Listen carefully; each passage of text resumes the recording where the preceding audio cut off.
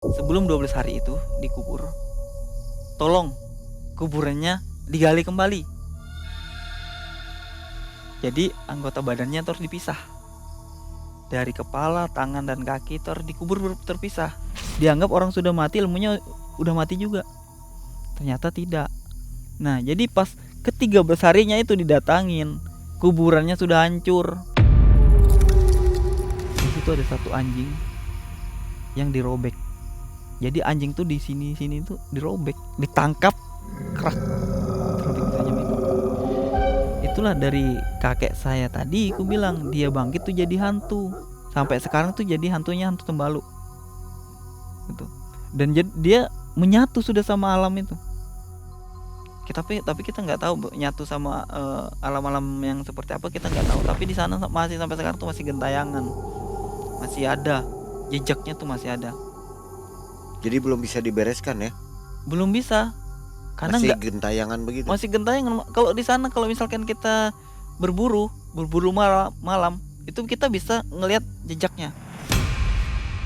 Dari Kalimantan Timur, tim menemukan kisah luar biasa dari seorang warga suku Dayak Basap. Ia memiliki kakek yang mendalami ilmu kebal dan meninggal dalam keadaan belum mewariskan ilmunya, sehingga berubah menjadi sosok hantu yang mengerikan. Sampai saat ini, sosok hantu kakek yang sering memangsa anjing di hutan ini masih gentayangan dan pernah ditemui oleh Bang Bayu. Assalamualaikum warahmatullahi wabarakatuh. Waalaikumsalam. Selamat malam Sobat Malam Mencekam, Sobat MM dimanapun Sobat berada. Mudah-mudahan semua selalu dalam lindungan Allah Subhanahu wa Ta'ala.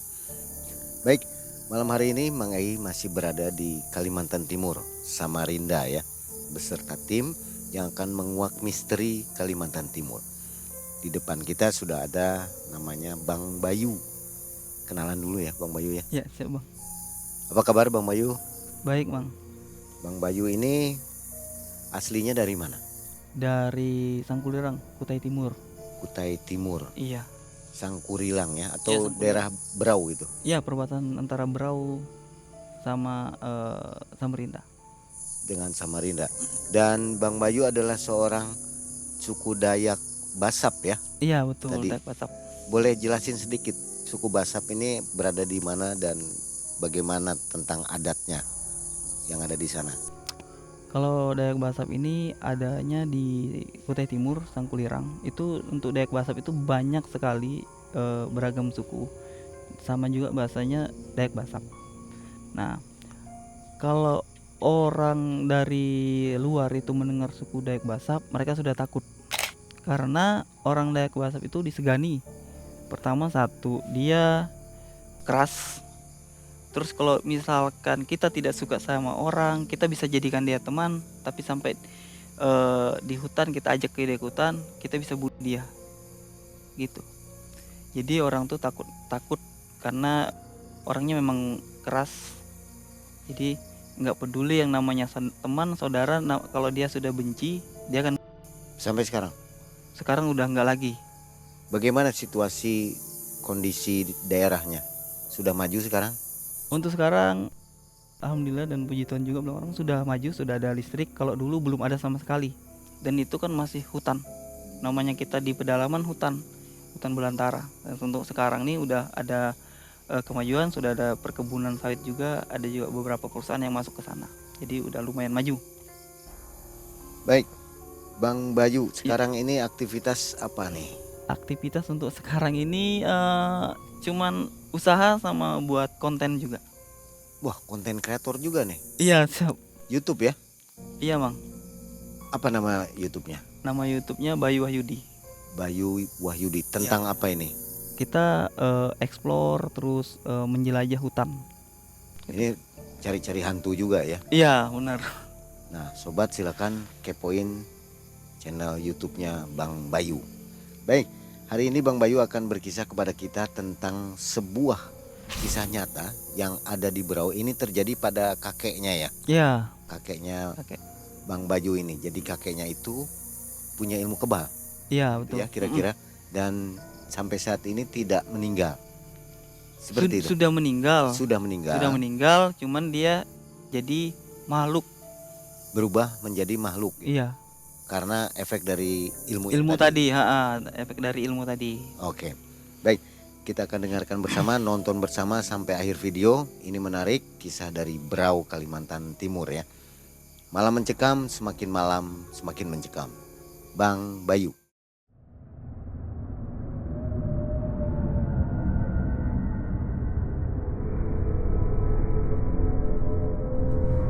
Bi, mau kemana? Ini mau ambil jaket? Bentar, duduk Bi. Oke, siap. Bi, Kenapa, Mak? kan kamu bisa menerawang ya, macam indigo kan? Orang-orang juga udah tahu. Ya. Ini ada teman Mang Ei ini, hantu-hantu ganggu dia, nggak tahu kenapa. Kali aja kamu bisa lihat, Bi. Bisa nggak? Boleh. Nah, Mang Ei ini sering ngobrol dengan narsum-narsum di lewat aplikasi ini, aplikasi Lita namanya. Halo, Kak Ana? Iya, halo. Karena ganggu waktunya nggak? Halo? Kok nggak ada suaranya? Loh, kok malah nangis? Kak Ana, halo? Kenapa tuh, Mak? Tolong. Bi, ini kenapa, Bi? Coba.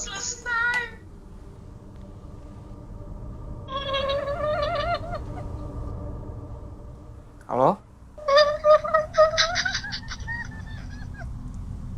Duh, kenapa ya? Halo, Kak Ana? Mang Ei order. Halo? Halo, Kak Ana, ini Mang Ei ini. Mang Ei Iya, kok kenapa Mang Ei? kaget tadi? Sorry, saya baru dari WC nih. Kenapa Mang Ei? Kenapa tadi nangis? Itu siapa tadi? Nangis? Siapa yang nangis? Loh, Nggak tahu. kan Kak Ana tadi yang nerima. Jangan gitu, aku jadi takut nih Mang Ei. Nih Kak Ana katanya mau curhat. Dia ngerti tentang dunia begituan, dunia-dunia goib. Barangkali mau ngobrol. Ya gimana nih, Kak Ana? Ada yang bisa dibantu? Iya, dulu saya kan nempatin rumah ini ya. Katanya sih rumah ini sebelumnya pernah jadi tempat ritual. Cuman saya nggak tahu deh, katanya sih banyak yang aneh-aneh kejadiannya. Jadi kadang ya kalau misalkan aku lagi sleep cost, katanya sih kedengeran suara, itu suara apa? Nggak taunya suara gorden. Udah gitu aku kalau tidur malam selimutnya sering ditarikin gitu. Oh, kayaknya itu Aku mah jadi takut sendiri. Kenapa? kayaknya itu mah dari sosok gaibnya ingin berinteraksi kayaknya sama Kak Ana. Oh, jadi aku baiknya gimana ya Mas ya? Coba aja Kak Ana cari temen ngobrol, temen curhat gitu supaya aura positifnya tuh ada di sana. Karena kan biasanya kalau negatif itu sosok gaib tuh sering menampaki gitu, sering suka sama yang negatif. Oh gitu. Pas dong ya, aku jadi player Lita di sini. Iya. Gimana Kak Ana? Ada pencerahan nggak dari Mas Wibi? Ada dong. Terima kasih ya Mei udah peduli sama aku, udah ngenalin Mas Wibi juga. Nanti Mang Ei coba order lagi deh ngobrol sama Kak Ana ya. Iya. Iya, thank you ya. Terus ajakin teman-teman Mang Ei supaya ngorder aku di Lita ya, Mang Ei ya. Oke, Biar siap. aku banyak temennya gitu. Siap. Ya, terima kasih Mang Ei. Ya, Ya. Assalamualaikum. Mang, ini kan mumpung jomblo nih Mang. Gimana sih Mang cara ordernya Mang? Emang Wibi tertarik? Ya tertarik atau Mang nemenin tiap malam mah.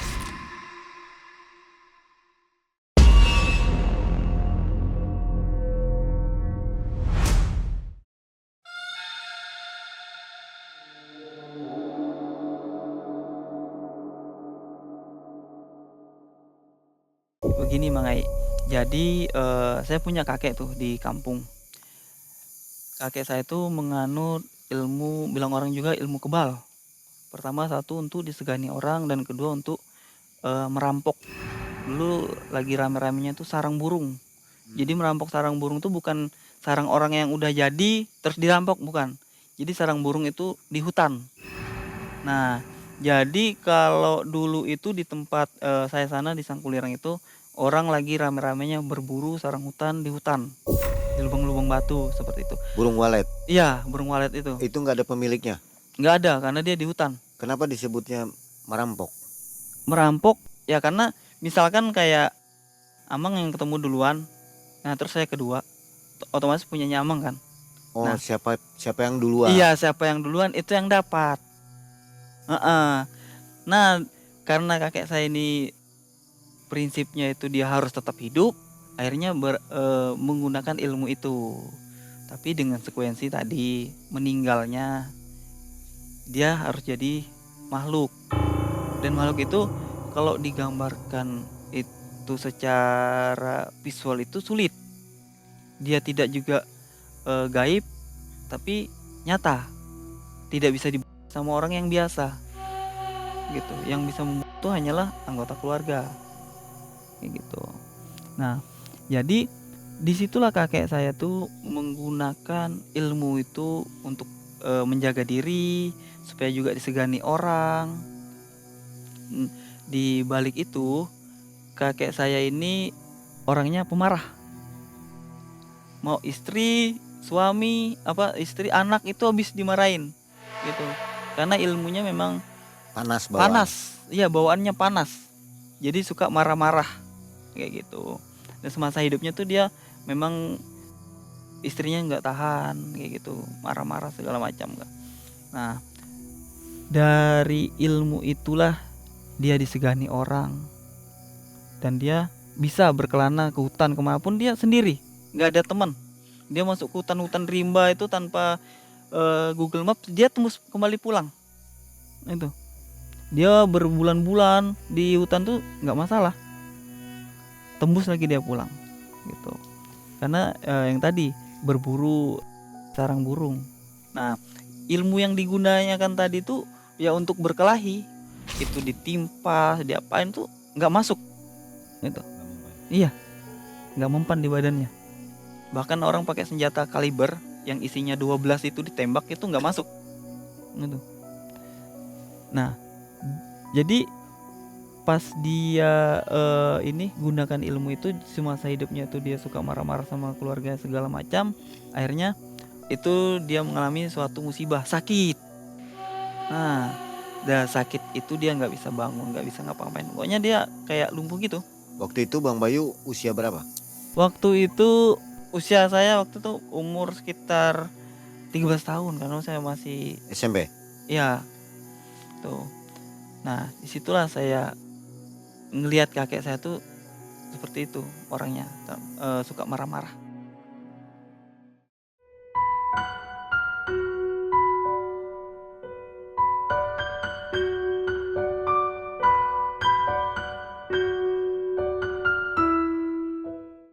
Nah, di masa dia sakit itu nggak ada yang mau nolong orang-orang sekitar, cuman keluarga aja yang datang, dan itu pun separuh keluarga yang datang gitu. Nah, di masa dia sakit sebelum dia kakek saya ini meninggal, itu dia pernah berpesan sama keluarga, sama anaknya, bahwa dia mau mewariskan ilmu kebalnya itu ke cucu, ke anak, tapi nggak ada yang mau. Jadi dia dapat ilmu itu harus diwariskan. Cuman dari anaknya sendiri juga nggak mau, cucu juga nggak mau, akhirnya dibawa mati. Nah, di balik matinya itu dia bisa bangkit lagi. Bangkit bukan berbentuk manusia, apalagi kayak orang itu zombie, tapi berbentuk binatang. Itu kalau kita gambarkan itu sejenis gorila bisa jadi. Terus kalau kita gambarkan juga sejenis gerondong film Mak Lampir itu juga bisa jadi seperti itu. Karena rambut dia itu sini panjang. Tuh, panjang ke bawah. Terus badannya ini semua ini rambut-rambutnya tuh warna merah sampai kaki tuh warna merah. Dan hidungnya itu juga dia bukan kayak hidungnya gorila yang berbentuk hidung yang pesek itu enggak. Jadi hidungnya panjang, cuman dia ke atas, kayak gitu. Jadi di masa dia sakit itu dia berpesan ilmunya diturunkan ke cucu, kalau nggak ke cucu ke anaknya. Cuman gak ada yang mau. Dia minta dari pesannya itu sebelum 12 hari itu dikubur, tolong kuburannya digali kembali. Jadi anggota badannya terus dipisah. Dari kepala, tangan, dan kaki terus dikubur terpisah. Tidak boleh disatukan. Atas permintaan siapa itu? Si kakek saya tadi, atas permintaannya itu. Cuman kan orang kampung ini, keluarga kita juga mengabaikan itu. Dianggap orang sudah mati, ilmunya udah mati juga. Ternyata tidak. Nah, jadi pas ke-13 harinya itu didatangin, kuburannya sudah hancur. Kayak orang gali kuburan pakai eksa, macam itu bentuknya. Berantakan. Iya, berantakan. Dan dia udah jalan. Gitu. Pas hari ke-12-nya itu dia sudah bangkit, udah jalan. Gitu. Dan dia tuh berbentuknya yang kayak tadi aku bilang, bentuknya susah untuk dijelaskan. Jadi kalau misalkan kita mau ketemu sama dia, cuman ada keberuntungan 2. Kalau kita nggak ke Puhunan pas musim hujan panas, gitu. Jadi kalau kita misalkan mau ketemu sama itu, kita harus ke Puhunan dulu, disuruh makan ini kita tolak, baru kita masuk hutan, kita pasti ketemu. Tapi 2, kita ketemu ke Puhunan itu pasti kita mati, dirobek-robeknya. Karena dia jalan itu, kalau dia pegang pohon itu, cuman pohon begini nih, jadi sendernya patah. Pohon kayak pohon kelapa itu patah dia pegang. Itu untuk pegangannya aja. Jadi kalau dia jalan itu, jalan kayak jalan hutan itu betul-betul luas. Nah, tanda tandanya ada hewan itu, atau bilang kami itu hantu tembalu. Kalau bahasa Indonesia tuh orang taunya tuh hantu orang kan. Itu ada lalatnya itu lalat hijau. Jadi kayak gini gede lalatnya tuh. Di bekas jalannya kayak jalan traktor itu. Jadi kita ketemukan itu pas musim hujan panas aja sama ke Puhunan. Itu pernah kejadian di tahun 2013, mama saya sama saya berburu hutan. Karena kami kan orang Dayak Basab itu, kami suka berburu. Dari kecil kami sudah diajarin untuk berburu hutan. Pakai anjing, pakai senjata, segala macam kayak pakai itu. Nah, karena ini kami berburunya siang, berburu rusa kan. Jadi kami berjalan tuh pakai tombak sama anjing. Jadi jalan tuh lihat hutannya hutan belantara, nggak ada yang namanya itu kayak orang tuh ada patok-patokannya, nggak ada. Betul-betul hutan kita kelilingin. Nah, sampai suatu ketika kita ketemu di suatu tempat, itu lubang besar. Nah, di lubang itu anjing kita menggonggong. Di situ ada satu anjing yang dirobek. Jadi anjing tuh di sini tuh dirobek, ditangkap, kerak, dirobek saja itu. Itulah dari kakek saya tadi, aku bilang dia bangkit tuh jadi hantu. Sampai sekarang tuh jadi hantunya hantu tembalu. Gitu. Dan dia menyatu sudah sama alam itu. Tapi kita nggak tahu nyatu sama alam-alam yang seperti apa, kita nggak tahu. Tapi di sana masih sampai sekarang tuh masih gentayangan, masih ada jejaknya tuh, masih ada. Jadi belum bisa dibereskan ya? Belum bisa, karena masih gentayangan begitu. Masih gentayangan. Kalau di sana kalau misalkan kita berburu malam, itu kita bisa ngelihat jejaknya dia jalan itu luas. Orang kan kalau jalan kan bentuknya setapak aja. Kalau ini enggak luas, bisa dimasukin pakai truk. Pohon-pohon di samping itu semuanya rata, rapi. Seperti monster ya? Iya. Jadi mama saya pernah ketemu, dia jalannya bukan kayak jalan monyet atau gorila, tapi dia jalannya tuh kayak gini. Buka jalan seperti itu. Jadi pohon-pohon yang besar-besar itu semuanya tumbang. Berarti terus mencari korban dong sampai sekarang. Cari mangsa. Mencari mangsa, pasti mencari mangsa, tapi bukan orang-orang yang di kampung. Orang-orang dari luar. Kenapa nggak orang kampung yang di? Karena kita tahu pantangannya tadi. Kalau kita ke Puhunan, kita akan ketemu itu. Kalau kita misalkan keluar hujan panas, kita juga ketemu itu. Sampai saat ini gimana? Nggak ada tindakan dari penduduk untuk mengatasinya gitu? Dari warga? Ini kan berbahaya ya? Iya memang berbahaya. Nggak ada, karena nggak ada yang berani, nggak ada yang mau mati dirabik-rabik, dicabik-cabik, itu nggak mau, nggak ada yang mau. Jadi kalau kita misalkan ketemu itu ya makanya tadi gue bilang ada dua kemungkinan. Kalau kita tidak mati, kita selamat. Yang satu kita kepunan, yang satu keberuntungan. Kita kalau misalkan jalan di waktu hujan panas itu kita siap-siap, memang kita cari tempat sembunyi. Kalau enggak kita ketemu, atau enggak kita selisihan. Selisihan itu dia bisa nyium kita. Misalkan kita di sini, dia di ujung sebelah jalan raya sana, dia bisa datangin kita. Dia bisa cium bau kita. Gitu.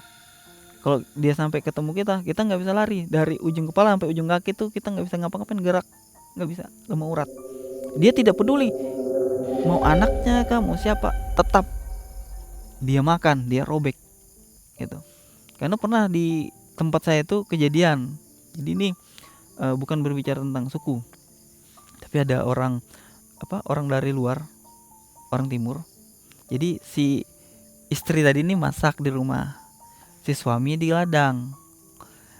Jadi si istri masak, si anak tadi disuruh nih ngantar makanan, sudah disiapkan sama istrinya, disuruh ngantar ke ladang. Saat antar ke ladang untuk makan siang, nggak nyampe anaknya itu.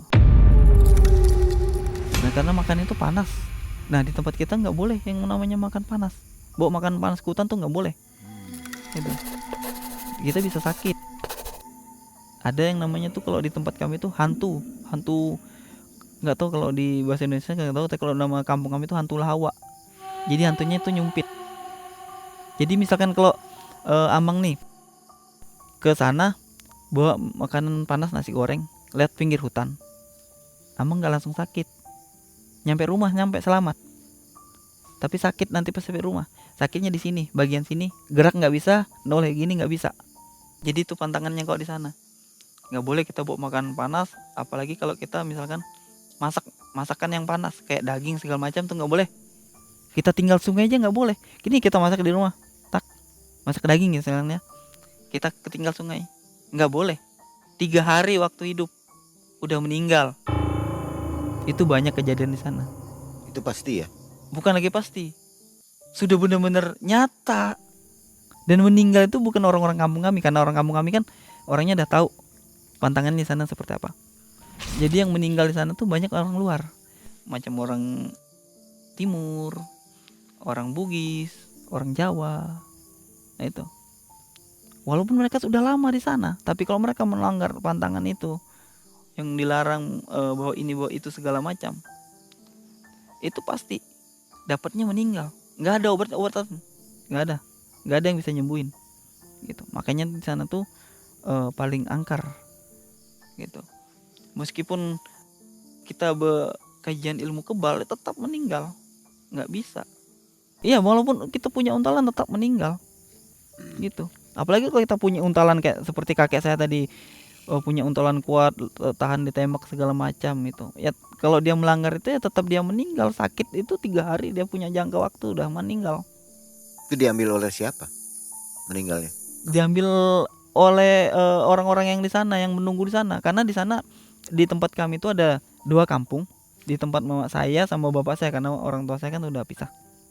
Di 2 kampung itu ada 1 kampung nggak pernah kelihatan. Itu kampung itu benar-benar kampung gaib.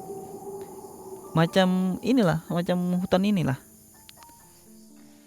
Di situ ada orang, ada anjing, ada suara burung di dalam hutan itu. Tapi ketika kita masuk ke sana, nggak ada apa-apa, kosong.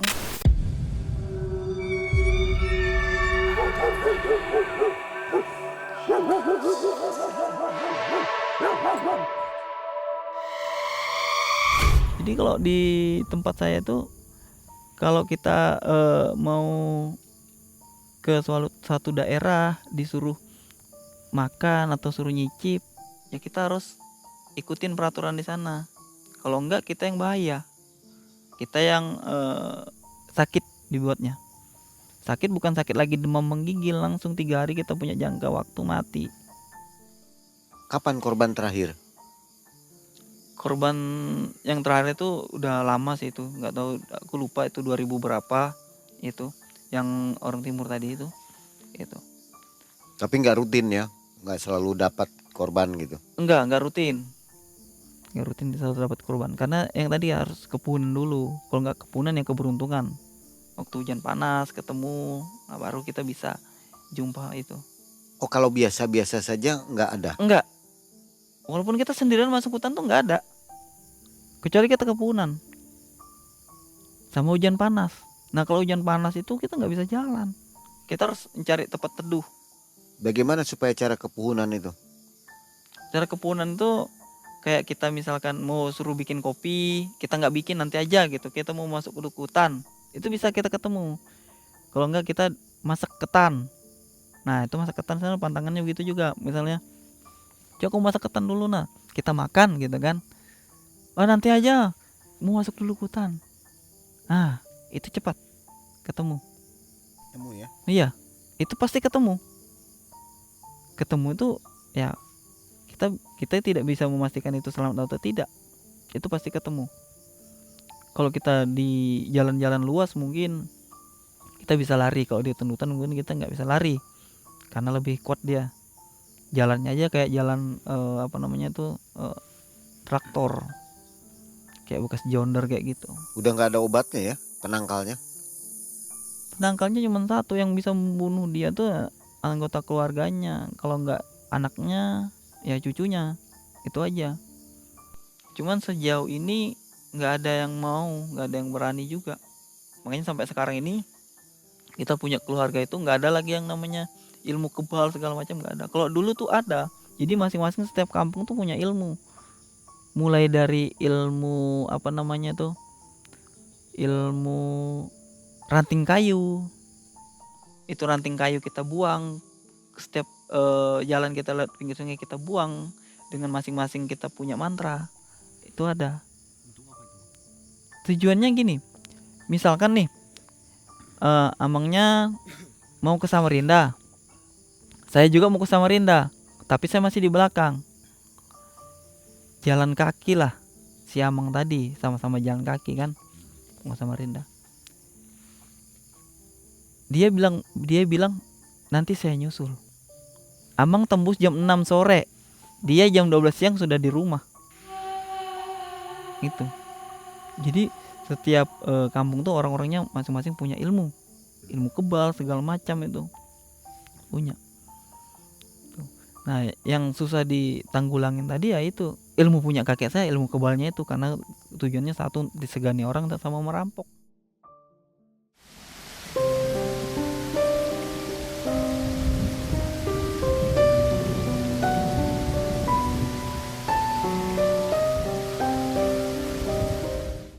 Nah, yang membuat kita masih menjadi permasalahan di sana adalah suatu tempat itu yang tadi kakek saya meninggal. Itu nggak ada yang mau masuk ke sana. Mau explore pun orang yang jago pun nggak mau. Gitu. Pernah ada yang coba Ke mana? mau explore? Explore ke sana? Iya. Nggak ada. Nggak ada yang berani. Nggak ada yang berani. Karena itu hantu yang tadi sejenis Mariaban bilang orang itu berbahaya sekali. Nggak bisa yang namanya negosiasi bahwa nanti akan ditarik terus ilmunya dibuang, nggak bisa. Itu harus benar-benar yang jadi hantu tadi harus dibuang gitu. Itu nama ilmunya apa itu, Bang Bayu? Kalau di daerah sana? Di sana nama ilmunya tuh ilmu kebal aja sih. Cuman kalau bahasa daerahnya itu dia ilmu orang, hantu tembalu. Jadi dia nanti berubah seperti itu gitu.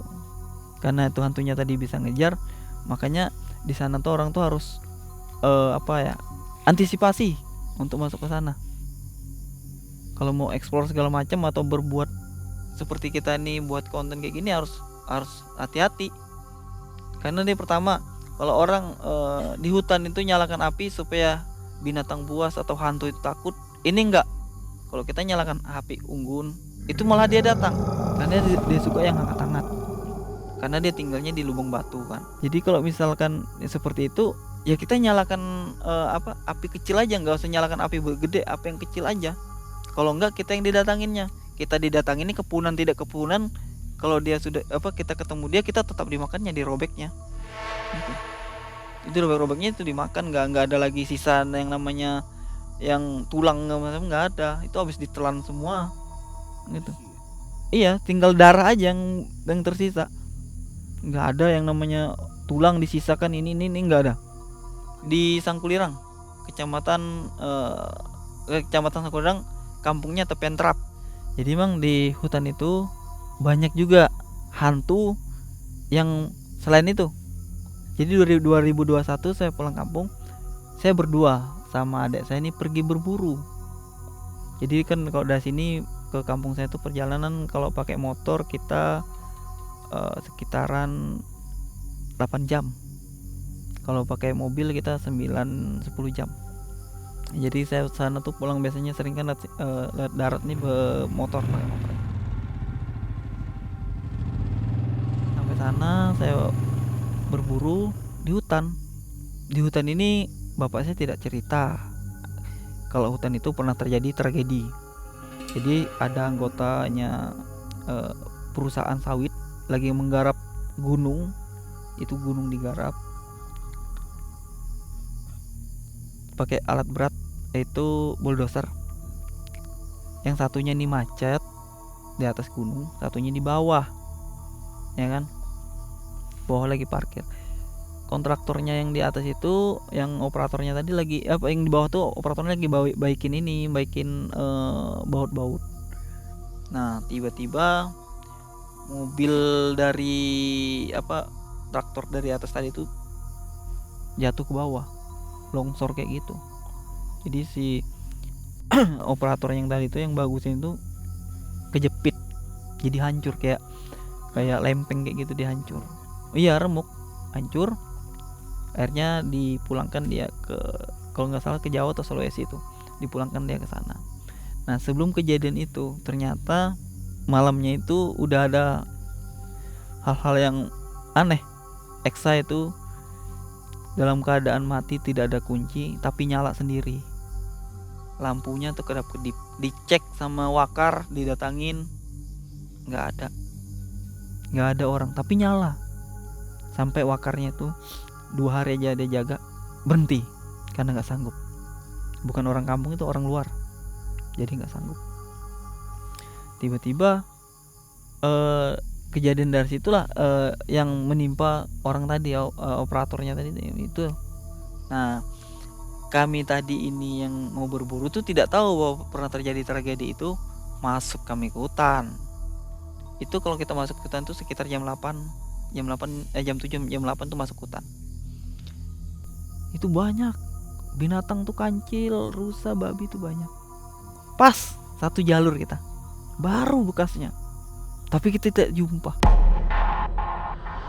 Gak ada sama sekali kita berjumpa yang namanya binatangnya, cuman kita ketemu bekasnya. Nah kita masuk itu sekitar 10 kilo kita masuk hutan. Hutan tuh luas, gak ada yang namanya rintisan tuh, gak ada. Kita cuma mengandalkan tuh arah daun tuh bentuknya kemana, larinya kemana, kita tujunya ke situ. Nanti kita pulangnya begitu juga. Jadi kita merintis nih saat masuk hutan, ngelilingin yang tadi, yang tempat perkebunan sawit itu kita keliling gitu. Nah, nggak ada ketemu binatang, tidak ada ngelihat mata sekalipun, nggak ada. Sampai kami tembus ke tempat yang orang tadi meninggal, baringlah kami di situ. Baring di situ kami sama adekku berdua cerita, baring. Di balik gunung itu masih ada hutan. Itu ada suara pertama, suara kayak nangka jatuh. Terus kedua, suara berubah jadi suara kucing. Ketiga baru berubah suara orang. Nah, nggak lama dari situ ada kancil lewat. Kancil biasanya matanya 2, ini 1, di center 1.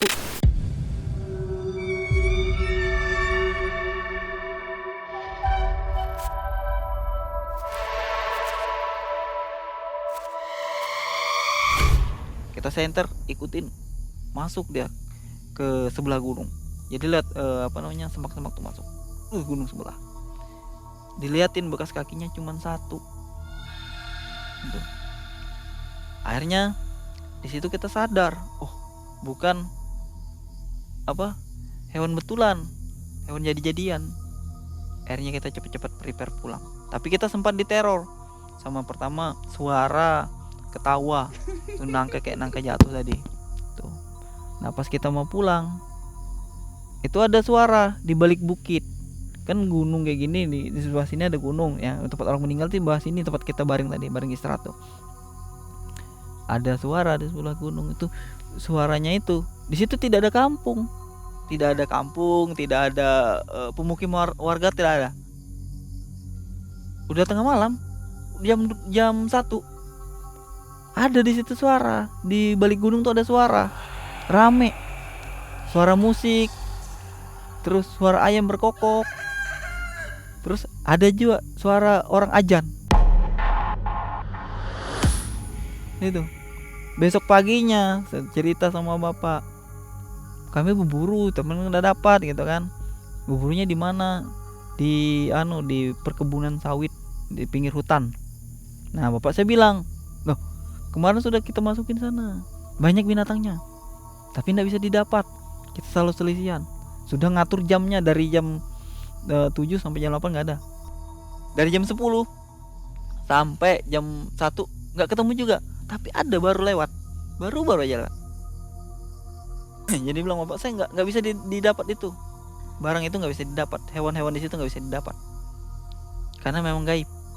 Nah, disitulah saya bilang, di situ ada kampung nggak pak? Di balik bukit itu ada pemukiman kah? Ada perusahaan kah situ? Nggak ada, dia bilang. Loh, tadi malam kami berdua berburu, mendengar situ ada suara musik, orang nyanyi, ada juga suara kokokan ayam, ada juga suara masjid. Nah, bilang bapak saya, di situ loh tempatnya memang angker. Dia pernah minta tumbal, minta ayam hitam sama telur, cuman nggak diturutin.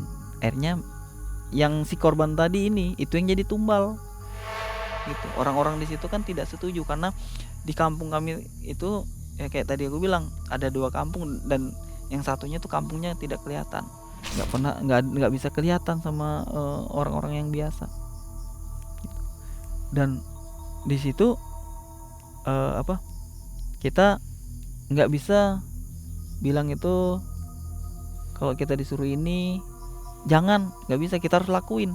Contohnya misalkan kita disuruh naik makan atau naik minum, oh enggak gitu, terima kasih, nggak bisa gitu. Kita bisa tersesat. Makanya di tempat saya itu kalau kita melakukan kayak acara adat gitu, pesta panen gitu kan, setiap tahun kan kita ngadakan itu pesta panen. Nah kita adakan pesta panen tuh pasti kalau bilang orang musyrik, memang musyrik, tapi harus kita lakukan. Kalau enggak marah penunggunya di sana, kalau orang kampung sana, kampung sebelah itu marah. Jadi kita harus sediakan ayam, kita lepas di tengah hutan, ayam hitam, beras kuning, telur 1 biji, kita taruh sebagai persembahan gitu. Sama kita masak ketan, lemang. Biasanya kan kalau di tempat kami Dayak Basep tuh masak lemang. Tiap tahun itu pasti kita masak lemang. Jadi kita harus masak lemang 1 bambu yang kecil, bambu kecil khusus.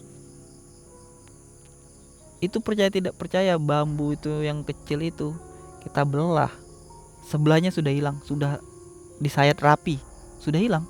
Jadi kalau kita membuat sesuatu di sana, kita harus minta izin, pamit. Izinnya bukan sama orang-orang penunggu di hutan sana, enggak, sama orang-orang kampungnya.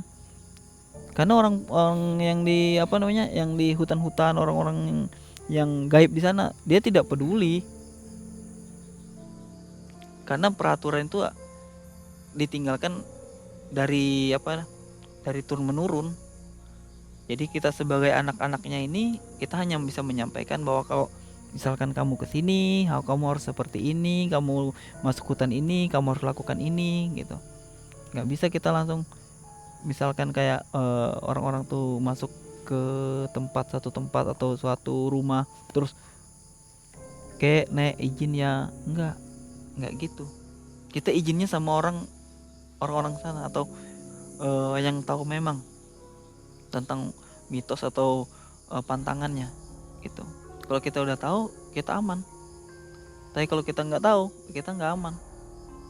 Batas ambang kehidupan kita sakit 3 hari udah meninggal, nggak ada lagi tawar menawar, itu pasti. Mungkin ada yang bisa disampaikan untuk barangkali ada wisatawan yang ke sana, pesannya apa?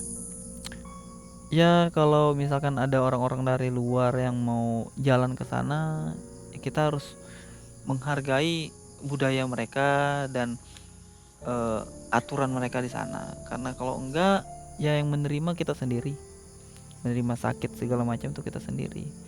Apalagi kayak orang di Kalimantan ini tidak lagi yang namanya nggak tahu kepunan, pasti mereka tahu semua. Ya, jadi cari tahu dulu lah ya. Jadi kan setiap daerah itu masing-masing itu kan berbeda. Kalau kita ke Jawa kita nggak minum kopi segala macam itu nggak masalah. Kalau di sini beda lagi. Kalau di tempat saya juga beda. Di Samarinda bahasanya nih kepunan, kalau di sana bukan kepunan lagi.